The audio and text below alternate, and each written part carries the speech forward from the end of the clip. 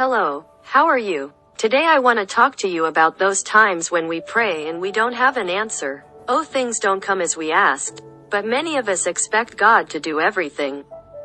And we don't do our part on earth. Let's see the multiplication of loaves. 39. Jesus multiplies the loaves. 30:15. When it was already evening, the disciples came to Jesus and said to him, "This is a lonely place, and it is getting late. Tell people to go to the villages and buy their food." 16. Jesus answered them, "You don't have to go. You feed them." 17. The disciples answered, "But we only have 5 loaves and 2 fish." 18. Jesus said to them, "Bring them here." 19. After ordering the people to sit on the grass, Jesus took the 5 loaves and the 2 fish, looked up at heaven, and gave thanks to God. Then he broke the loaves and gave them to the disciples, so that they could distribute them to the people.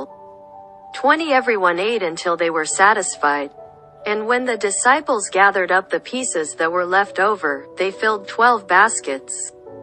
21. Those who ate were about 5,000 men, plus women and children. Brothers, I imagine that in this parable, that many have read it and said how good Jesus is, but something else also happens. I imagine that after a day of walking, healing, evangelizing, he found out that his friend still had his head cut off.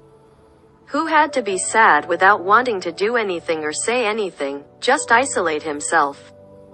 Just like when you come home from work and your son or your dog wants to play but follows you until you go to do the too, and sits near you, waiting until that you give your arm to twist and you do it out of love. But there is something else. There were a lot of people there and the disciples were already tired and they already wanted them to leave because if not it was time to feed them all. But it's Jesus. And when he saw that his disciples wanted to act crazy, he told them, "You don't have to go.